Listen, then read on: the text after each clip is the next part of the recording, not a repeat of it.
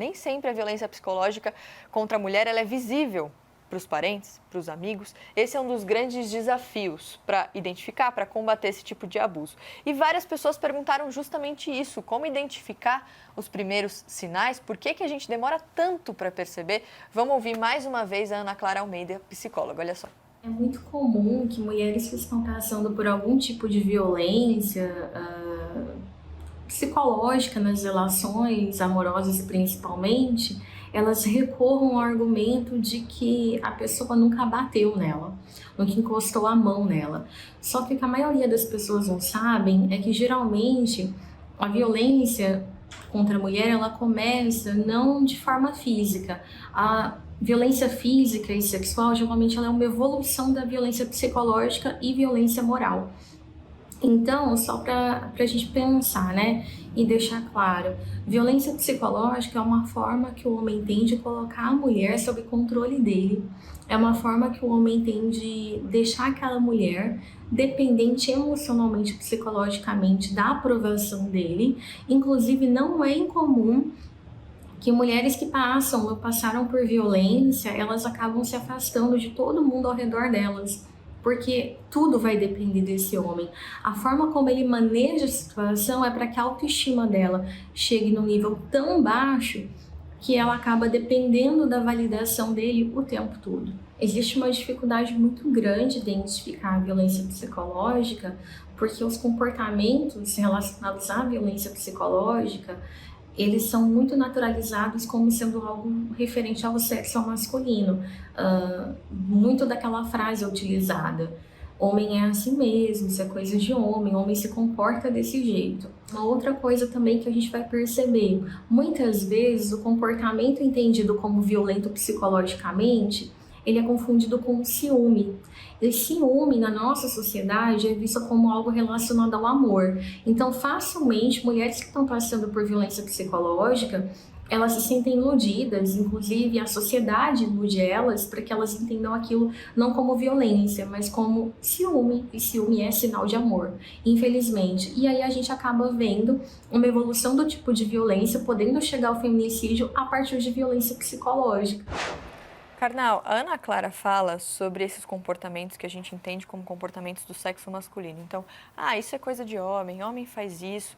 E eu sei que tem muitos homens assistindo a gente, então como os homens podem combater também isso que foi introjetado neles? Bom, tudo isso é uma produção cultural e como produção cultural é histórica e humana, logo pode ser superada. Nós temos que desnaturalizar essas coisas. Começa pelo humor. A gente dizia muito, né, que a piada antissemita abriu os portões de Auschwitz, ou seja, primeiro você diminui o judeu na piada, cria um imaginário antissemita, depois você vai para o ataque físico. Então, isso também ocorre no caso masculino. Os homens têm que ser desmontados da ideia de que é lícito apelar à elevação de voz, à coação física. Os homens têm que perder o sentimento de posse. Agora, gente, é muito difícil dizer isso no Brasil, já não é mais assim. Mas há pouco tempo eu era jovem quando um caso famoso foi absolvido por legítima defesa da honra. Que honra pode existir num assassino? Que honra pode existir num assassinato? E aí uma mulher foi morta pelo companheiro, mas é legítima defesa da honra. É um absurdo que, felizmente, espero para sempre, tenha sido superado. Não?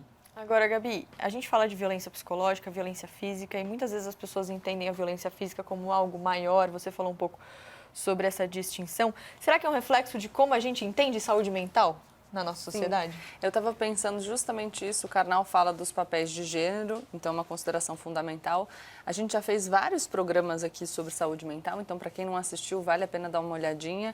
E a gente fala sobre o estigma que pesa sobre a saúde mental. A gente não conseguiu compreender ainda a saúde mental como parte da nossa saúde física. E isso não serve só para violência psicológica contra a mulher, mas eu estava aqui nos bastidores conversando com o Mari Karnal, um professor de Harvard, o Michael Sandel, escreveu um livro chamado Justiça, no qual ele discute a concessão de medalhas, condecorações para veteranos de guerra.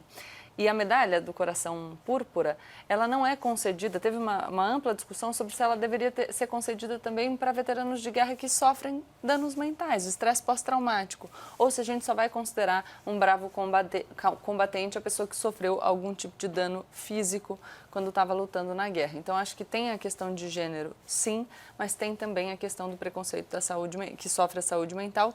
E eu diria que a questão de gênero ainda tem, que a violência psicológica é naturalizada ainda num outro aspecto, que são as relações de dominação.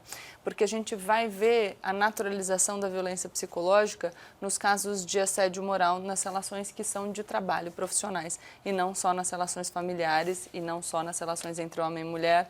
Enfim, acho que são considerações importantes. A gente falou sobre violência física, psicológica, sexual. Vamos falar agora sobre a violência patrimonial, que é quando uma pessoa retém, subtrai, destrói objetos, instrumentos de trabalho, documentos pessoais ou os bens de uma mulher. A gente vai ver algumas condutas que se encaixam nessa definição. Olha lá, controlar o dinheiro, deixar de pagar pensão alimentícia, destruição de documentos pessoais, furto, extorsão ou dano, estelionato, e aí continua na próxima tela, privar de bens, valores ou recursos econômicos, causar danos propositais a objetos da mulher ou dos quais ela goste. A gente vai falar ainda sobre a violência moral aqui ao longo do programa, para a gente entender bem a diferença entre uma coisa e outra. Agora a gente vai ouvir a comunicadora e influenciadora Hannah Kalil. Ela usa as redes sociais para discutir os impactos do machismo na sociedade, principalmente na vida das mulheres.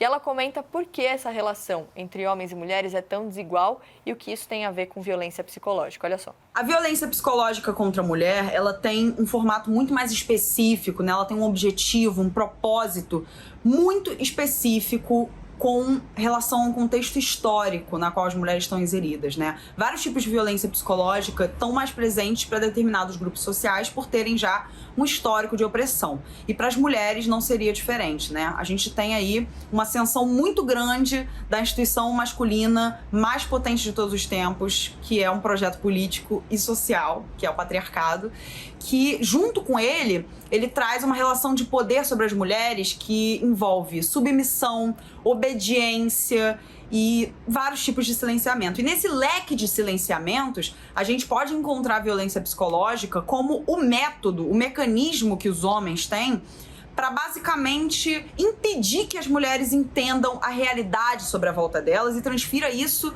como uma forma de culpa para cima delas, sugerindo que, na verdade, o que talvez elas estejam percebendo como uma opressão ou qualquer lugar onde as mulheres reclamem de algo, na verdade, elas estão fora de si, elas estão loucas, né? Então, nada como um mecanismo mais óbvio do que esse.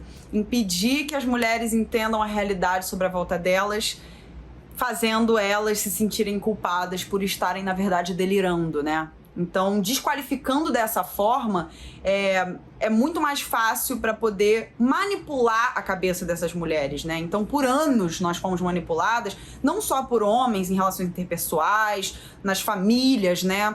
Com qualquer relação de poder entre homem e mulher, principalmente em relacionamentos, mas também uma violência da sociedade que talvez impede as mulheres também de pensarem por si mesmas, reclamarem, terem o direito de reivindicarem determinadas coisas, sempre colocando as mulheres em um lugar de loucura, de falta de sanidade mental, de, na verdade, né, você é louca, é uma frase muito comum e talvez ela não fosse tão comum assim se não tivesse relação com essa estrutura de poder do patriarcado sobre as mulheres. E por muitas vezes foi um processo muito solitário, né? Então as mulheres, elas estão numa situação que é difícil de sair e elas não se sentem confortáveis para falar sobre isso. Então cada vez mais, e que bom, a gente vê muitas mulheres falando sobre isso, ajudando outras mulheres, pegando na mão uma da outra, porque é justamente isso, né? A gente precisa de ajuda para se sentir confortável para falar e caminhar para sair desse ciclo, né? E eu acho importante dizer que a gente precisa de ajuda para que a gente possa fazer isso do jeito que for melhor para a gente. Então, se for publicamente, que seja publicamente, se for num âmbito mais restrito, mais privado, que seja dessa maneira, que a gente não pressione as pessoas que estão vivendo já uma situação muito difícil para que elas se comportem em relação a essa dificuldade do jeito que nós nos comportaríamos. As pessoas são diferentes e elas vão lidar com a situação de maneira diferente. Eu acho que a gente precisa de uma visão muito empática no sentido de olhar para a situação com os olhos da outra pessoa, entendendo a história que ela viveu, de onde ela vem, como ela formou os próprios valores, para que a gente consiga ser um auxílio e não só mais uma fonte de pressão. Porque às vezes é muito desgastante a gente sentir que ainda não está pronto para dar o passo, que ainda não está pronto para conversar sobre aquele assunto, ou que a gente quer fazer isso de maneira privada ou mais restrita e a gente ser pressionado por todos os lados. Isso só aumenta a nossa aflição. E acho que se vale a pena dizer uma coisa que é importante não são só mulheres frágeis que sofrem com relações abusivas. A gente recentemente fez um programa aqui e vocês disseram que eu era a pessoa da bancada que mais sabia dizer não. Nossa, vou me emocionar. E eu passei muito tempo sofrendo violência psicológica sem conseguir dizer não, mesmo sendo uma mulher muito forte. Então, acho que é importante isso, assim. Mulheres fortes podem vivenciar a violência e não tem vergonha nenhuma em assumir isso. Eu não estou chorando porque eu estou com vergonha, não. Estou chorando só porque eu lembrei, porque eu consegui superar, então